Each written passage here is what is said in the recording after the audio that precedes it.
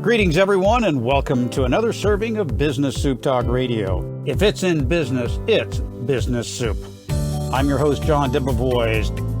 Well, I'm out riding the range every day, finding the best tips, tools, and techniques, and I found myself one. This young gentleman, Alex Kuhn, will be joining us. He's going to be talking about how to be a born leader. Well, you've got it inside of you. How can you get that out and be the boss that is expected of you? Don't let his young age fool you. He became the youngest NCAA coach and established himself as a game-changing leader.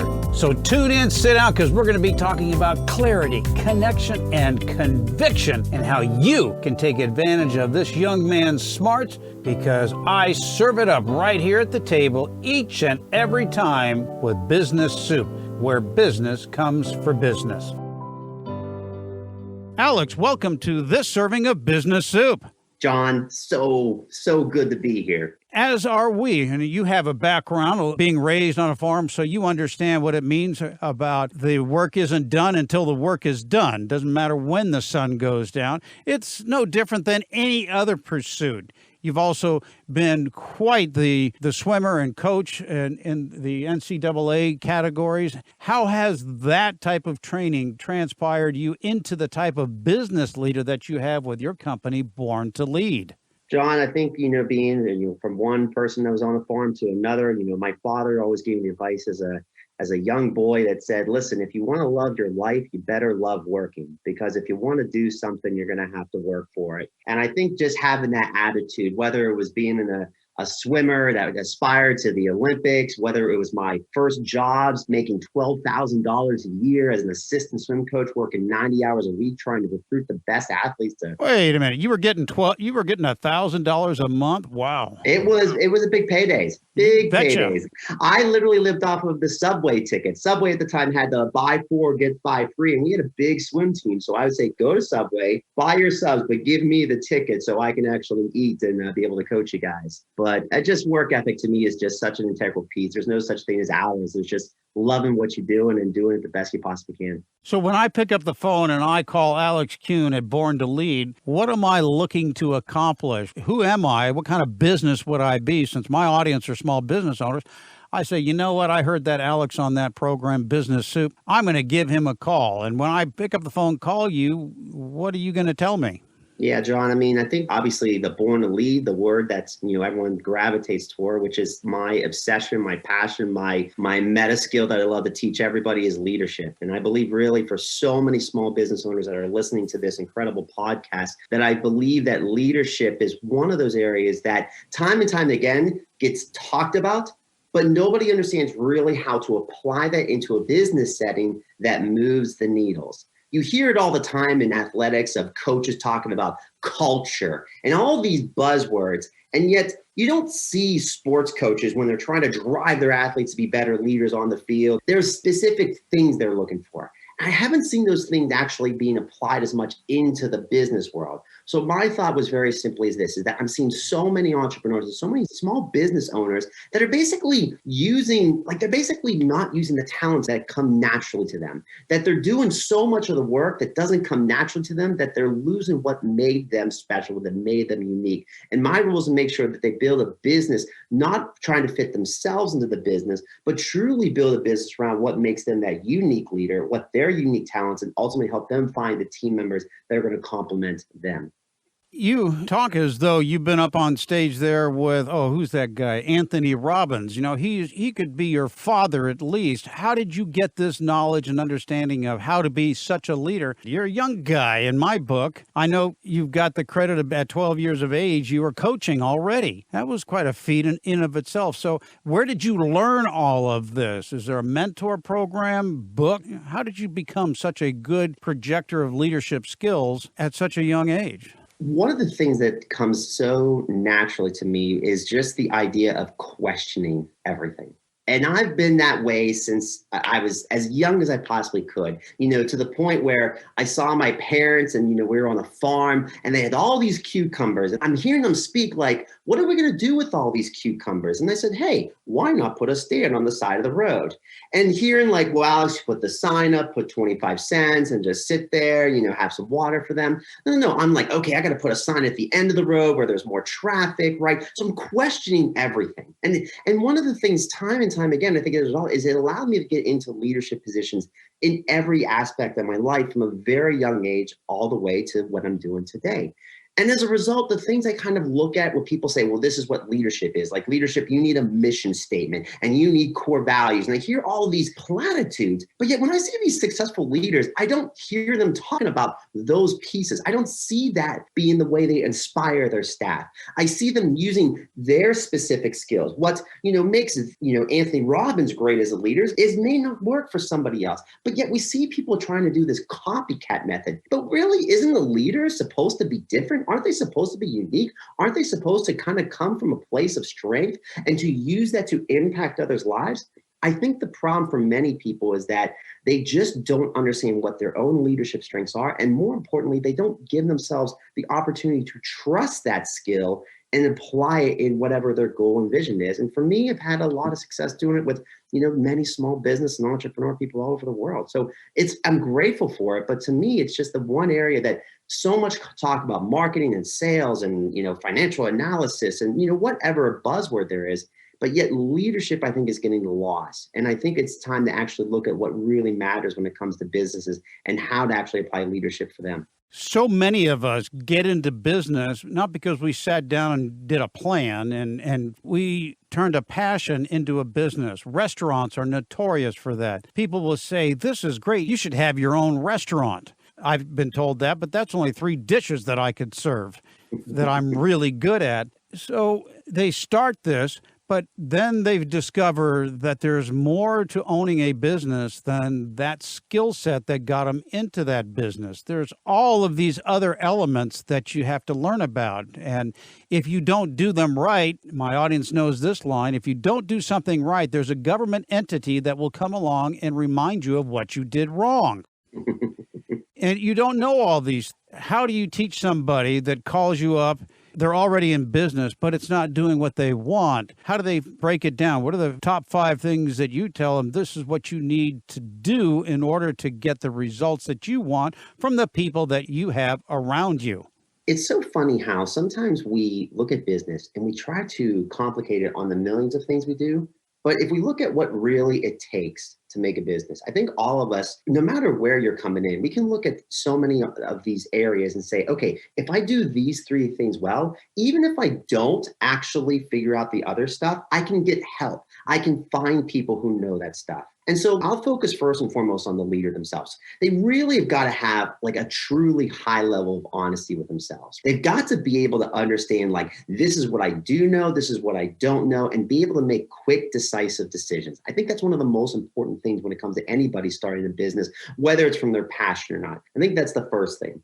Now, getting just into the real business things, do you have a product or service or whatever you're selling? Is it perceived as valued on the market? So often people think, well, this is going to help everybody. This is going to make the biggest difference. But if your customer doesn't perceive the value in it, they're not going to spend their money on it. That's I think right. That's the second thing. The third thing I think so often that happens is that because when you actually find, once you have that product, once you actually have that, are you willing to actually take some risk and find people that are going to be able to A, deliver the product and service that's necessary, and or B, to allow you to do that part and to cover up some of the other areas. People go too far in this entrepreneur and small business alone. They rely on themselves so much time and time again. And I will tell you, I'm almost a hypocrite when I say that, because for many years, for the first 4 years of my entrepreneurial experience, I try to do it myself. I can figure this out. I can read the books. I can do this. And now I think it's great to learn. It's great to have that growth mindset. Right. But you're learning how the elements that are a part of your business. But if you try and do it all, you're going to be taking 1 step forward oftentimes and 2 steps backwards, because there just isn't enough hours in the day to to run the business. And if you've got a family and you want to keep them, well, you got to take them into the equation as well. Well, having a 2-year-old, well, I should say an upcoming 2-year-old and a wife, yes, they like to see me at night. They like to see me on the weekends. They want me actually to be around too. And you're right. I think, and even sometimes I tell my clients, like, listen, as soon as you see something that says, oh, this is a DIY, this is a do-it-yourself. Like, you don't need anybody to do this, build this website or, put together this marketing plan or put together whatever email sequence. I advise you to run, because I will tell you something. I've never found a DIY thing that actually doesn't take a lot of learning, a lot of time, a lot of skill to actually do it. So to me, it's the ability for so many people to let go of their ego and actually allow people to lead other areas of their business. Well, it kind of reminds me of my skill sets or lack thereof of automobile repair. There's me doing the repairs and the length of time that it takes me to do it, and then the length of time it takes for the tow truck to come rescue me, and then the money I spent at the mechanic to undo that which I did and fix it to where it should be. It's managing your time and putting a value to your time. And I have since learned that I may look good with my toolbox, but that doesn't mean I know how to turn a wrench. And speaking of the spark, how do you get that football coach's inspiration to get the team built up, and that spark, like a spark plug, just, zap them and get them going and have them positive? Like when you come out of an Anthony Robbins seminar, my God, you hit that door and you're ready to take on the world. The funny thing is that not every leader is designed to be an inspirational character. I mean, that's just actually what we call it, success DNA. And for me, I'm a natural motivator. That's a very easy, natural skill for me to get people to buy into visions and buy in the goals and buy in the dreams. And I think we always think about that as a leader, but let's be clear, there are leaders in so many ways. And if we just take the definition of your job is to use your skill set to impact people, I think the first thing is understanding is that your natural way of leading? And if it's not, what is your natural way of leading? But for those that are actually natural motivators, and those are that in any leadership position, and this is the thing I do with all my teams and all my investments and everything. I say, listen, if you're not figuring out ways to make sure that you're helping that person achieve their own dreams, then why would you ever expect that person to come back and help them achieve your dream? And whether it's, Susan, who works with me day in and day out, or, anybody, right? At the end of the day, if I'm not asking questions about what is making them feel alive, what are they trying to do? If I ask them to stay late, if I ask them to do this extra thing, if I ask them to go outside of their skill set, why would they do that if they don't think I care deeply enough about what they want in life? So for any leader, I think it's a very easy way to start shifting your mindset and to saying, if I help somebody else, they're going to always want to come back and help me. I want to talk about the message. If I want to deliver a message and I'm asking Alex, how do I build this message that is going to be the hook? So many entrepreneurs, and I'm the same way, I know my business plan verbatim, all 300 and some odd pages, and I could bore you to death by reciting it. But that doesn't mean that you're going to understand it. How do I deliver that message in that elevator pitch that used to be 90 seconds? And now I'm learning is that my audience, or that the audience in front of me, has the attention span of a goldfish. So how do you get their attention and hook them? I love that you asked me this question, John, because this is like literally probably 95% of the first conversations I have with every single small business owner. And let's make it simple. Let's make it real simple. What does somebody need to know if they're going to say, yes, I want to learn more about you, or buy your product, and or no? And there's really three things: clarity, connection, and conviction. And let's just simply break those down. Clarity simply means that, do you have a relevant topic? Is the first line a sentence that somebody is interested in? And a very simple, and we see maybe almost, overused too much, is I help blank do blank. You see that from a lot of coaches and trainers, but it can be anything. But you got to be able to make sure that that first line is very relevant. I always love to use the Roomba. The Roomba probably is my favorite type of invention in the entire world, because I hate cleaning, and therefore I know it's cleaning my carpets, right? So if the first line is, would you like a vacuum that you never have to run yourself? That's a clear line. That's very intriguing, especially if you hate cleaning. So that's what we talk about, a clarity line. The second is connection. And this is the idea of how well can you create a very short story or short analogy to make sure the person understands this is for them. So if you're selling something very emotional, very personal development based, right? You want to talk about the person and what they feel and where they are and where they want to go. But if you're selling a product, again, using the Roomba, right? It's saying, listen, I used to be the guy who'd have to wind the cord and unplug it and figure out where the outlet was and vacuum. And then all of a sudden the cord would come out of the wall and I just couldn't stand it. So I wanted a device where I could literally push a button. And in fact, I could set a schedule and never have to worry about my carpets getting clean with me doing it. That's connecting. That's understanding and empathizing with your audience. So they actually say, this product, this service, this program, this business gets what I'm feeling. And then finally, the third piece is very simply the conviction. And the conviction is truly, as you kind of said, the action or reaction. And very simply, this could be the call to action. This could be, if you're immediately selling the product, it's like, listen, you can go out and think about how many hours you're spending, vacuuming your carpet by yourself. Like, think about that. That's 2-3 hours every single week you're saying. And this Roomba here is $300. Imagine what you could do with 3 extra hours every single week that you don't have to vacuum your carpet. Boom. You either have to instantly say yes or no, I'm going to buy it, not going to buy it. Or if it's a lead magnet, whatever it is. But so often we make these messages seem to have to be like 7-minute video sales letters. But if you really just focus on those 3 pieces, 95% of the time, your message will become so much clearer. And ultimately, your audience is going to instantly know if it's for them or not. And that's clarity, connection, and conviction. Correct. I will insert this. And I'm older than you, and from my experience, do not at any time ever buy your wife a vacuum, whether it's a Roomba or anything else, as a gift, like a birthday gift. Do not do that. And I speak from experience. Best advice ever, period. My wife and I, we actually got our Roomba as one of our wedding gifts. So it was one of those situations where I was like, you know what? I mean, when I saw it on there, I was like, we're going through our, wedding registry and stuff like that. And I'm like, maybe we should do this Roomba there. And she's like, okay, sure. Because I got out of the idea of like, okay, I'm going to have to go buy this down the road. And now we already got it. There's so many opportunities out there. And I tell people on my program for over 20 years, you don't have to reinvent the wheel. Just learn to put a spoke in it, make it turn smoother, faster, go further.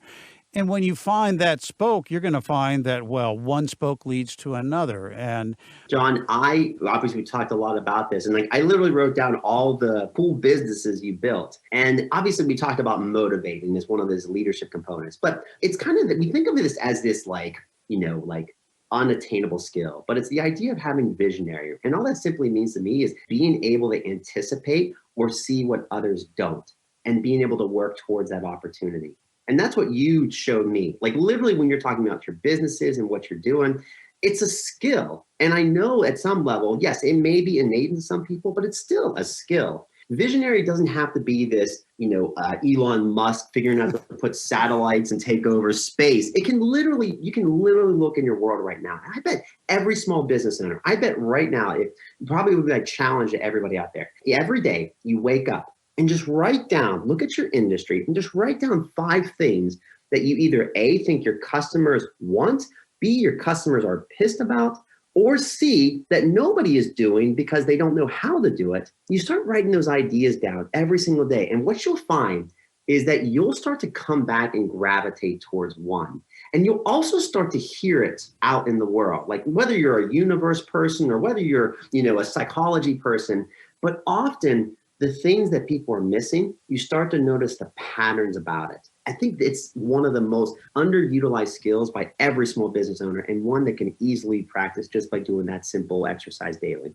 Absolutely. And recognizing opportunity is where the money's at. In technology with apps, I see these apps all the time where they take a task and they make it simple.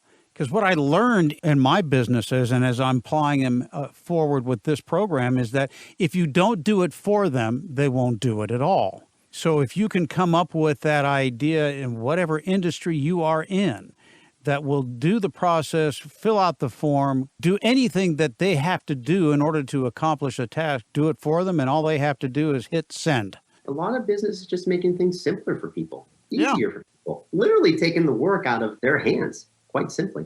Amazon capitalized on that one click, would you like this now? And you go, Yeah. well, you know what, John? Everybody who bought this also bought these things. Well, that looks good too. Oh, one click.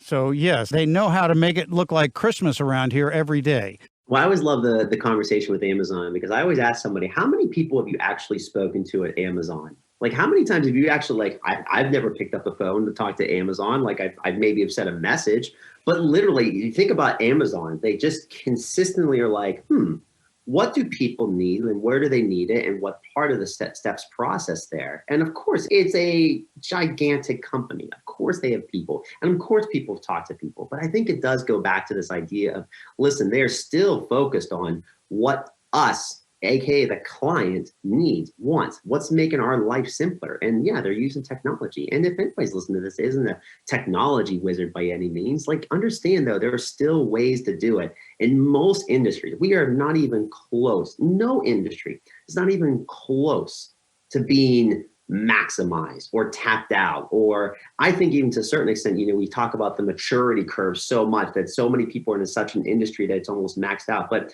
listen, Airbnb came. Simple things, very simple things. One thing about Amazon business model is that you only go there when you're looking to buy something. The other business model is, how do you sell something or get somebody to come to you when they don't even know that they need the product or service that Alex is selling? How do you get that message out, whether it be Alex or Business Soup or any other business that's out there?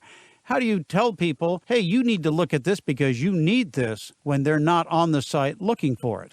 Yeah. I mean, I think the word that I feel hearing so much, especially in marketing, is attention. I opened up my email right after January, and this is not me taking a stance against marketing. This is just me saying, listen, the same marketing message is repeated again and again because some of it works. But let's also be clear that if everybody's doing the same thing, they get in front of the same customer to do all the things, then honestly, that customer's hearing noise. And really, the person that's going to win is the person who has the most money, AKA the biggest business. So if you're trying to grab the attention of a consumer or a customer where you're not the biggest dog, where you don't have the most money, they basically repeat your message a million times in front of the people like Coca-Cola does every single day. Yeah. What do? You better make sure that you do something, whether it's your program, whether it's your business, whether it's your branding, that makes you stand out.